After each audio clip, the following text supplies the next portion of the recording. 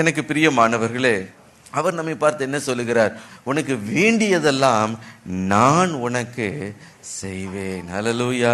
எனக்கு செய்யறதுக்கு யாருமே கிடையாது, எனக்கு பொறுப்பெடுக்கிறதுக்கு யாருமே இல்லை, யாருமே எனக்கு ஸ்டெப் எடுக்கல. நீ வருஷம் ஆயிடுச்சு திருமணம் ஆகல, ஏன்னா யாருமே எனக்கு ஸ்டெப் எடுக்கல. நீங்க சொல்லலாம்.